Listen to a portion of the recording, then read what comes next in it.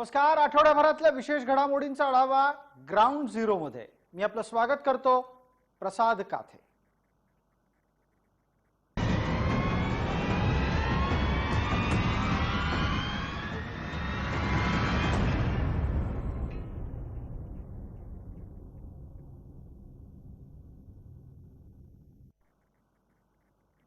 पंतप्रधान नरेंद्र मोदी यांच्या अध्यक्षतेखालील सुरक्षा विषयक कॅबिनेट समितीने नुकतंच हलक्या वजनाच्या तेजस मार्क 1A या लढाऊ विमानांच्या खरेदीला मान्यता दिली आहे. याची किंमत तब्बल 48,000 कोटी रुपये इतकी आहे. भारताची ही सर्वात मोठी देशांतर्गत संरक्षण विषयक खरेदी आहे.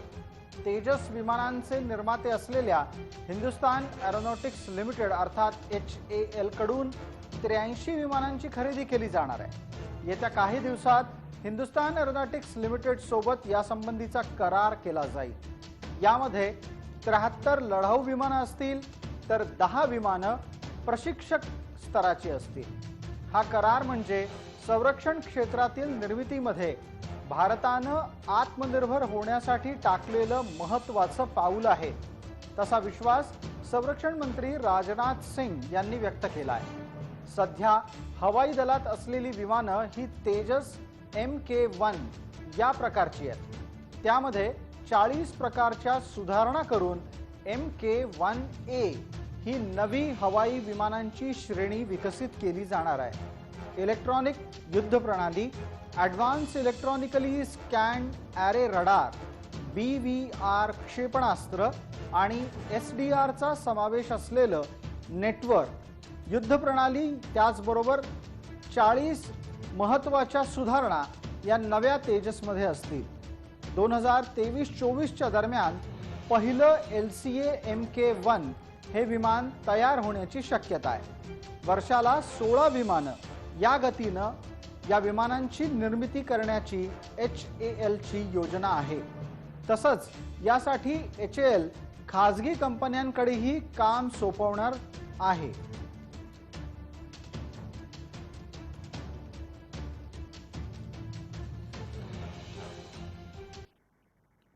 वजनानं अत्यंत हलकं असं तेजसचं पहिलं वैशिष्ट्य, पण त्याचबरोबर या विमानाची आणखीही काही वैशिष्ट्ये आहेत. कोणती ते जाणून घ्या. तेजस हे एकमेव इंजिन असलेलं विमान आहे.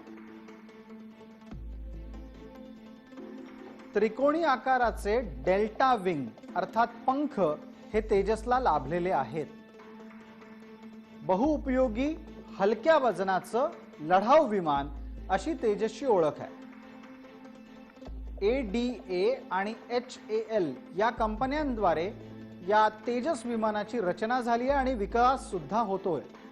हवेतून हवेत आणि हवेतून जमिनीवर मारा करण्याची तेजस विमानाची क्षमता आहे. त्याचा निशाणा अचूक आहे आणि शस्त्रसज्ज लढाऊ विमान म्हणून ख्याती आहे. ध्वनीपेक्षा अर्थात आवाजापेक्षा अधिक वेगानं कोणत्याही उंचीवरून उड्डाण करण्याची क्षमता या विमानाची आहे. एका वेळेला 3,500 किलो वजनाचे शस्त्रसाठे ते वाहून नेऊ शकतं. 15 किलोमीटर अंतर झेप घेऊन मारा करण्याची क्षमता असलेलं तेजस विमान हे हवाई मारा आणि हवाई हल्ल्याच्या मदतीसाठी सर्वोत्तम समजलं जात आहे.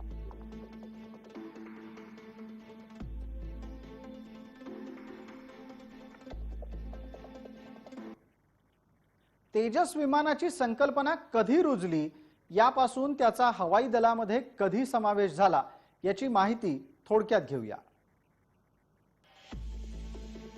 तेजस विमानाचा प्रवास सुरू झाला 1969 साली, जेव्हा देशांतर्गत LCAची निर्मिती एरोनॉटिक्स लिमिटेडच्या माध्यमातून होईल असं ठरलं. त्याच वर्षी भारत सरकारनं एरोनॉटिक्स समितीची शिफारस सुद्धा स्वीकारली. HAL वर कमी वजनाच्या हलक्या विमानांच्या निर्मितीची जबाबदारी 69 साली टाकण्यात आली.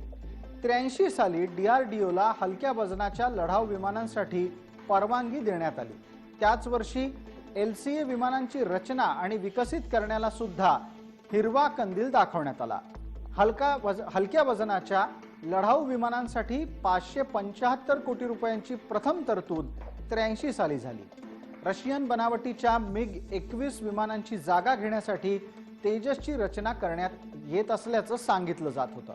1984 साली एरोनॉटिकल डेव्हलपमेंट एजन्सीची स्थापना झाली आणि त्या एरोनॉटिकल डेव्हलपमेंट एजन्सीच्या माध्यमातून या विमानाच्या व्यवस्थापनाची जबाबदारी होती। तेजसचा भारतीय हवाई दलामध्ये 2001 साली समावेश करण्यात आला।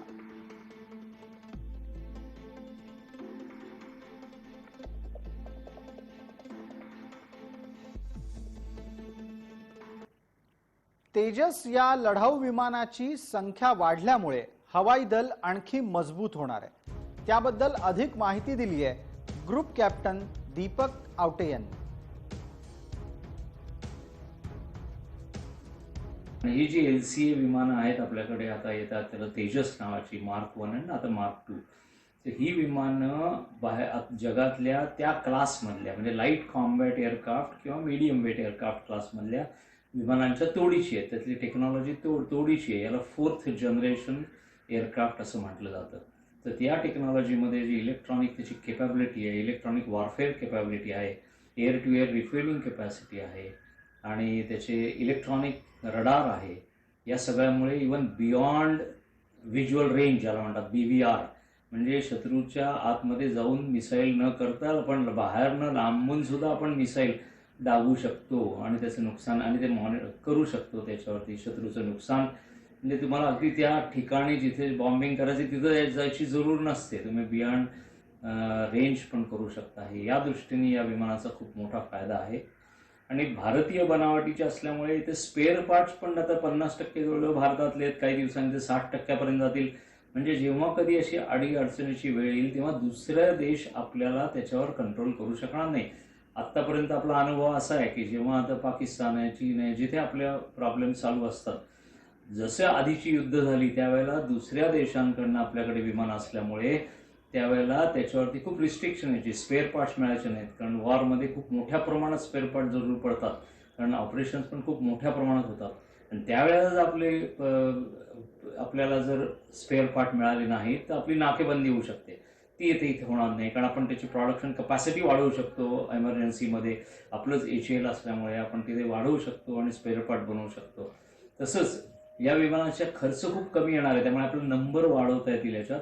आणि याच्यात जो टर्न अराउंड टाइम ज्यांना म्हणतात TRS time, turn around time म्हणजे विमान जाऊन परत आलं शत्रूच्यावर हल्ला करून, तर त्यानंतर परत ते तयार होण्यापुरत्या जो वेळ लागतो, सगळे त्याचं सर्व्हिसिंग रिपेअर करून परत तयार व्हायला वेळ लागतो, हा या विमानाला खूप कमी आहे। आणि ह्याचा खूप मोठा ॲडव्हान्टेज म्हणजे कमी विमानं सुद्धा जास्त अवेलेबिलिटी असतील, कारण काही काही विमानांना तर 2-2 तास 3-3 तास सुद्धा तुम्हाला थांबायला लागतं, इथं तसं होणार नाही। मग त्या मधल्या पिरियडमध्ये सुद्धा ते विमान आपल्याला लगेच उपलब्ध मिळणार आहे आणि त्यामुळे आपली ॲक्च्युअली जी कपॅसिटी असते ती आपली बऱ्यापैकी वाढणार आहे।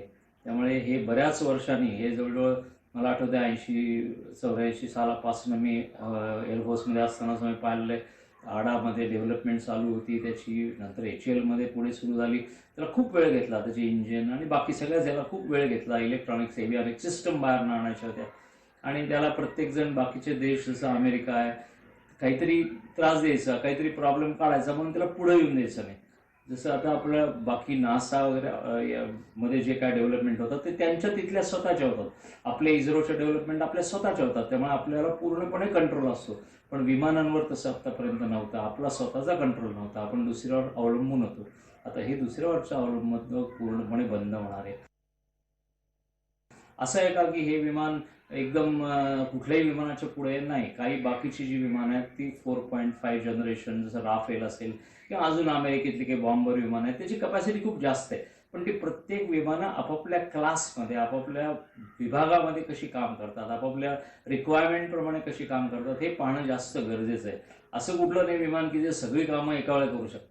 त्यामुळे लोक म्हणतात राफेलशी वगैरे कम्पेअर करतात, पण हे कम्पेअरिटी चुकीची आहे, कारण राफेलचा पर्पज वेगळा आहे, त्या विमानाचा उपयुक्तता वेगळी आहे, त्या विमानाचा रोल वेगळा आहे, तर LCAचा रोल वेगळा आहे। पण डेफिनेटली जशी आपली MiG-21 वगैरे जुनी विमानं होती ती आता यांनी रिप्लेसमेंट नक्कीच होतील आणि त्याच्यापेक्षा खूपच प्रगत अशी विमानं आहेत। त्यामुळे आपल्याकडे जी जुनी इन्व्हेंटरी आहे MiG क्लासमधली त्या विमानांना रिप्लेस करून खूपच ॲडव्हान्स आपलं एअरफोर्सचं पॉवर खूपच मिळेल आणि आपलं एअरफोर्स एक प्रगत एअरफोर्स म्हणून समजला जाईल.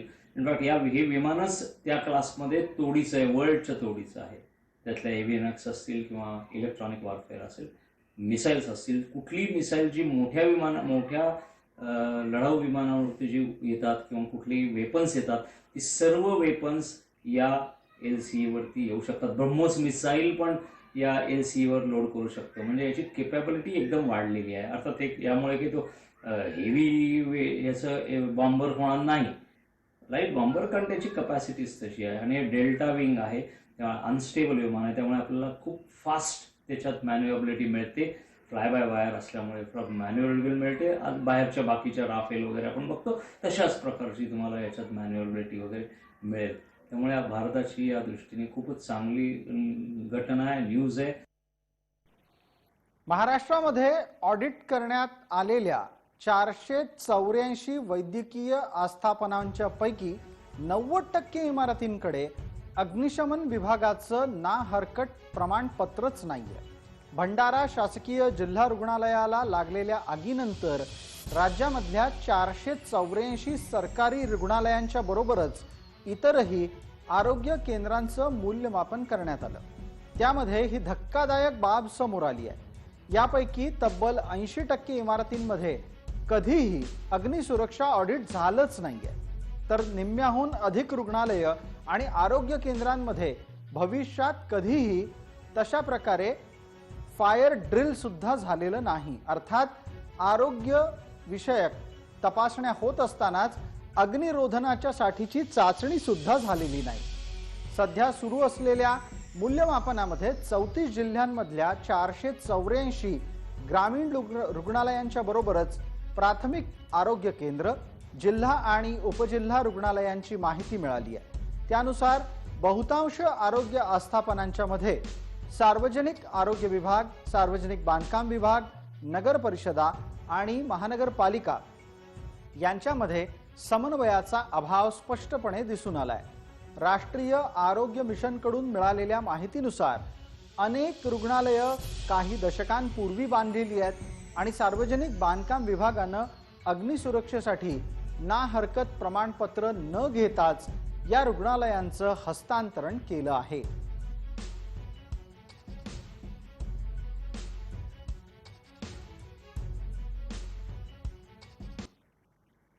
या निमित्ताने एक नजर टाकूयात राज्याच्या सरसकट आरोग्य आस्थापनांच्या गैरव्यवस्थापनावर. राज्यामध्ये 484 वैद्यकीय आस्थापनांचं ऑडिट झालंय. 90% इमारतींकडे अग्निशमन विभागाचं ना हरकत प्रमाणपत्र नाही. 80% इमारतींमध्ये कधीही अग्निसुरक्षा ऑडिट नाही. केवळ 88 आरोग्य आस्थापनांमध्येच अग्निसुरक्षेची चाचणी झालेली आहे. केवळ 218 ठिकाणीच किमान एकदा मॉक फायर ड्रिल अर्थात अग्निसुरक्षेच्या संदर्भातली प्रतिबंधात्मक चाचणी घेण्यात आली आहे. गेल्या 5 वर्षांमध्ये 11 जिल्ह्यातील शासकीय रुग्णालयांमध्ये आगीच्या 101 घटना घडल्या आहेत. विविध आरोग्य विभागांमध्ये समन्वयाचा अभाव स्पष्टपणे दिसून येतोय.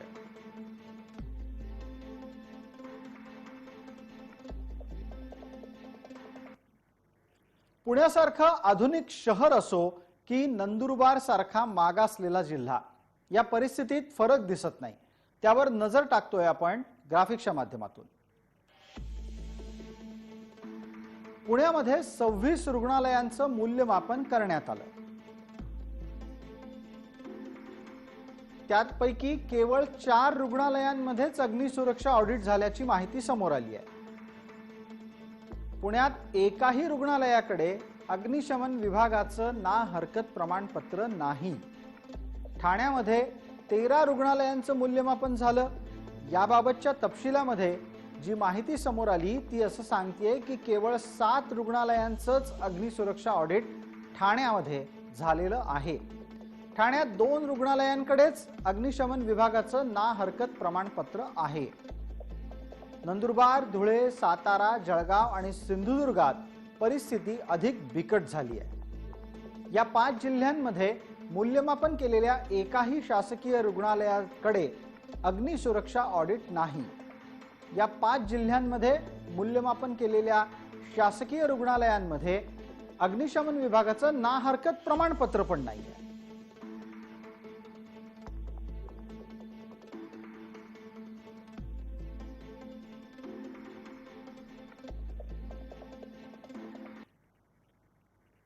या गंभीर परिस्थितीच्या विषयी आरोग्य क्षेत्र आणि रुग्णालय व्यवस्थापन यासाठी काम करणाऱ्या सामाजिक कार्यकर्त्यांनी संताप व्यक्त केलाय।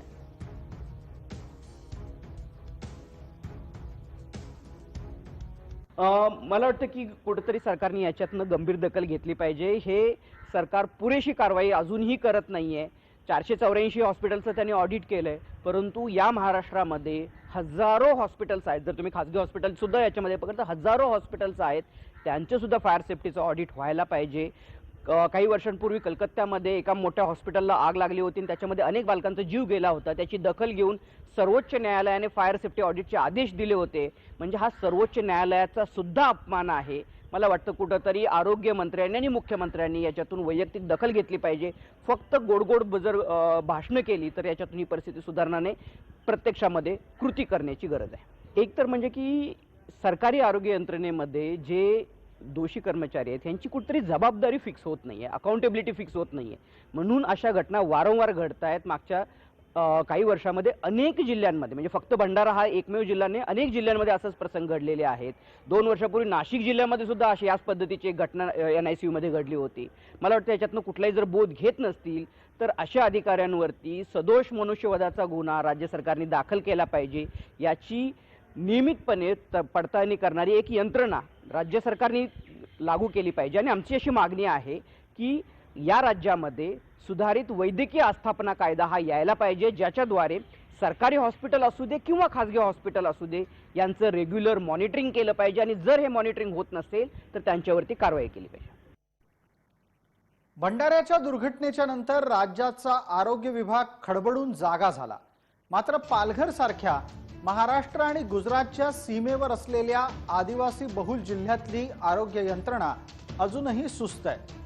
डहाणू, तलासरी, पालघर आणि विक्रमगड या 4ही तालुक्यांच्या मध्यभागी असलेल्या कासा उपजिल्हा रुग्णालयात सर्व प्रकारच्या सुविधांची कमतरता आहे। वैद्यकीय अधिकारी आणि कर्मचारी पुरेसे नाहीत।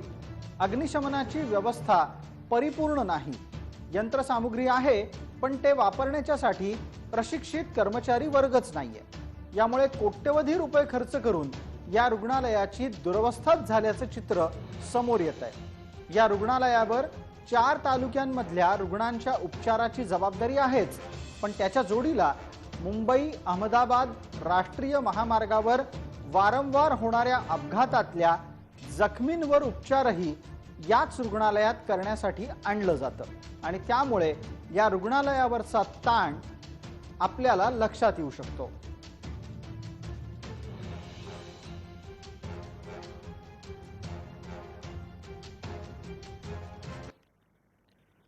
कासा रुग्णालयामध्ये 37 पैकी केवळ 15 वैद्यकीय अधिकारी आणि कर्मचाऱ्यांच्या जागा भरलेल्या आहेत। त्यातही केवळ 3 डॉक्टर सेवा देत आहेत। रुग्णालयात आग विझवण्यासाठी अग्निशामक यंत्र आहेत, पण सेंट्रल फायर फायटिंग अर्थात मध्यवर्ती अग्निशमक यंत्रणा कार्यरत नाही। त्यातच फाटकासमोर अनधिकृत बांधकाम उभी राहिली आहेत। या संदर्भात कर्मचाऱ्यांच्याकडून वेळोवेळी पत्रव्यवहार करून जिल्हा प्रशासनाचं लक्ष वेधण्याचा प्रयत्न केला गेला, पण जिल्हा प्रशासनाला त्याकडे लक्ष द्यायला वेळच दिसत नाहीये। रुग्णालयातल्या कर्मचाऱ्यांच्याकडूनच ही बाब समोर आणली गेली आहे।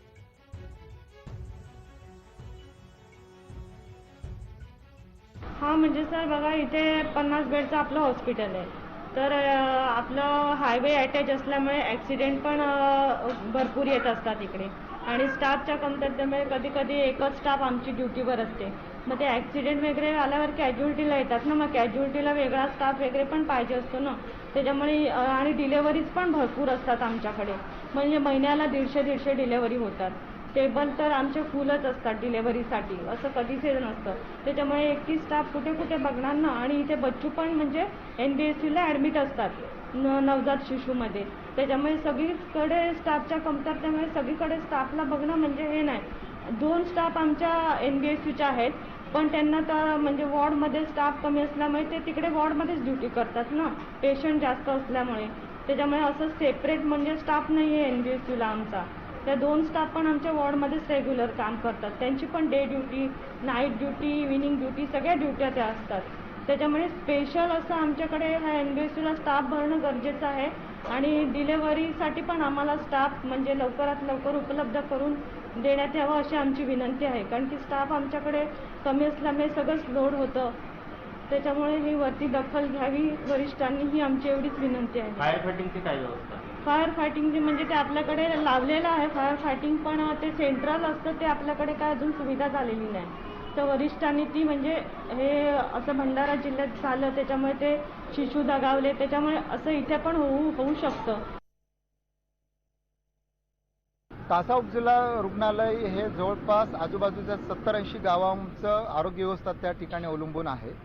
परंतु त्या हॉस्पिटलमध्ये असणारे डॉक्टर्स, नर्सेस आणि इतर स्टाफ यांची संख्या अत्यंत अत्यल्प आहे. त्यामुळं त्याचा परिणाम हा तिथली आरोग्य सुविधा देण्यावरती परिणाम होतो आणि त्यामुळं या लोकांना, या भागातल्या जनतेला तिथली आरोग्य सेवा चांगली मिळत नाही.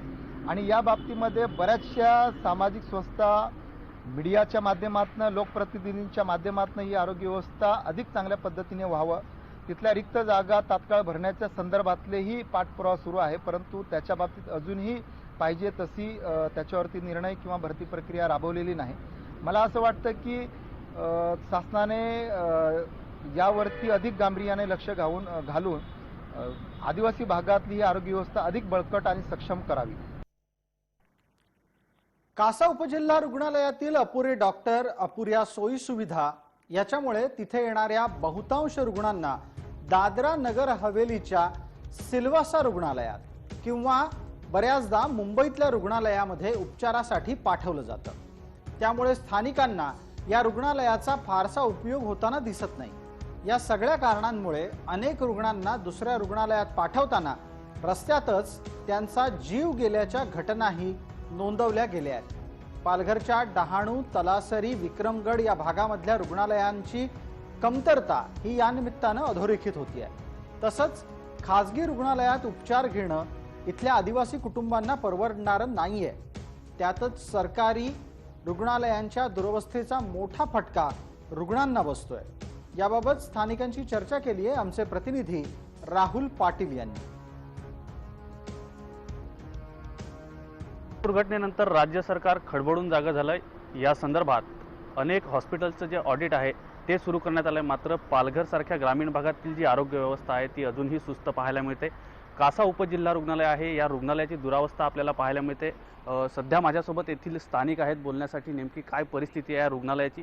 मला सांगा, कासा उपजिल्हा रुग्णालय हे एक मोठं रुग्णालय आहे. अनेक गावांतील रुग्ण जे आहेत ते याच रुग्णालयावर अवलंबून आहेत. काय परिस्थिती आहे रुग्णालयाची? या ठिकाणी असलेले डॉक्टर, तिथं सोयी सुविधा कुठल्याही प्रकारच्या उपलब्ध नाही आहेत. डॉक्टर तर फार कमतरता कमी आहे, भूलतज्ञ नाही. या ठिकाणी नॅशनल हायवे नंबर 8 आहे. इथली दुर्घटना झाली तर सर्व पेशंट आले की त्यांना शेलवास किंवा इतर ठिकाणी हलवण्यात येतं. त्या ठिकाणचा स्टॉप आहे. डॉक्टर नसताना कंपाऊंडर वगैरे हे इंजेक्शन देतात. नर्स लोकांचा काय लक्ष नसतो. आपण तर बघितलेली आहे. अनेक वेळा मिनिस्टर आले का तेवढ्यापुरती सगळ्या खाटा वगैरे सगळे साफ करून ठेवल्या जातात. की या भागात ग्रामीण भाग आहे, स्नॅक बाईटचे किंवा अनेक जे रुग्ण आहेत ते या ठिकाणी दाखल होतात.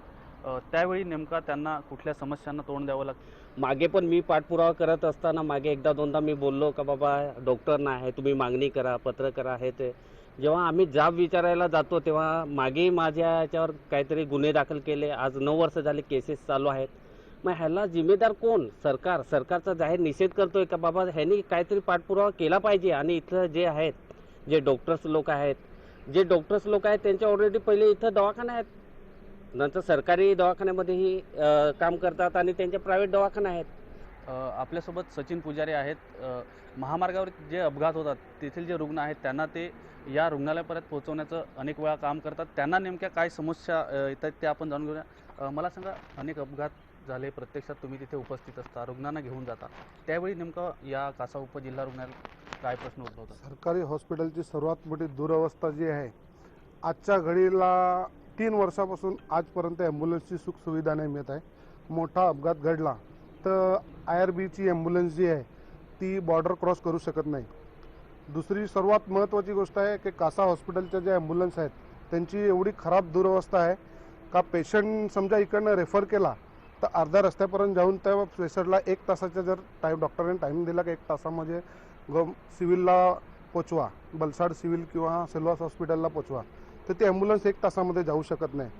सर्वात अशी परिस्थिती या पालघर जिल्ह्यावर जी ओढली गेलेली आहे त्याच्याबद्दल सर्वात पहिले मी सरकारचे खेद व्यक्त करतो का एवढ्या वर्षापासून इकडे आरोग्यमंत्री वगैरे येऊन गेले, आज तिकडची परिस्थिती जी आहे हॉस्पिटलच्या बाबतीत, साफसफाईच्या बाबतीत, डॉक्टर लोकांच्या क्वार्टर्सच्या बाबतीत आणि डॉक्टर लोकांची एवढी तुर्तुद आहे तिकडे की डॉक्टर लोक मशिनरीज वगैरे येऊन पडलेले आहेत. त्यांना ऑपरेट करणारे डॉक्टर्स नाही, त्यांना ऑपरेट करणारे मशीन ऑपरेटर नाही मिळत. एक्सरेची परिस्थिती गंभीर परिस्थितीत आहे. दुसरी गोष्ट, आपल्या कासा हॉस्पिटलला लॅब, सर्वात मोठी लॅब यंत्रणा, आजपर्यंत मी जिथपर्यंत गेलो आहे, जेव्हा पण हॉस्पिटलला गेलो आहे तर मी हॉस्पिटलला कुठलाही ॲक्सिडेंटचा पेशंट घेऊन गेलो तर सर्वात मोठी अवस्था ती लॅबची आहे. डॉक्टर्सची काय कमतरता आहे ठिकाणी? किती डॉक्टर्स पाहिजेत किंवा असले पाहिजेत? किती आहेत सध्या? असं काय त्याच्यामुळे काय अडचणी येतात? आज ग्रामीण भागात माझे जे बंधू भगिनी आहेत, माझ्या भगिनी आहेत, इकडे परिस्थिती अशी आहे, थोडा काय प्रॉब्लेम झाला तर सीजर करायला लागेल. आज गरीब लोकांच्या घरात अन्नधान्याची कमतरता आहे. त्यांना ते बाहेर प्रायव्हेटला जाऊन 60-70 हजार रुपये खर्च करतील अशी त्यांची सध्याची परिस्थिती नाही मिळत आहे. ठीक आहे, बाकीचे कोणी इकडून तिकडून हातपाय मारून इकडून तिकडून कर्ज घेऊन करतात. दुसरी गोष्ट झाली, बारकासारखं ऑपरेशनच्या मशिनरीज पडलेल्या आहेत, त्याला ऑपरेटर नसल्यामुळे, त्याला डॉक्टर नसल्यामुळे कितीतरी पेशंट दगावतात, मृत्युमुखी पावत आहेत. भंडाऱ्यात दुर्घटनेनंतर तरी आता प्रशासन, जे पालघर जिल्हा प्रशासन आहे, ते जागं होऊन या संदर्भात योग्य ती कारवाई करेल का हे पाहणं महत्त्वाचं ठरणार आहे. जय महाराष्ट्रासाठी राहुल पाटील, पालघर. ग्राउंड झिरोमध्ये तुर्तास इतकंच. सर्व प्रेक्षकांना जय महाराष्ट्र.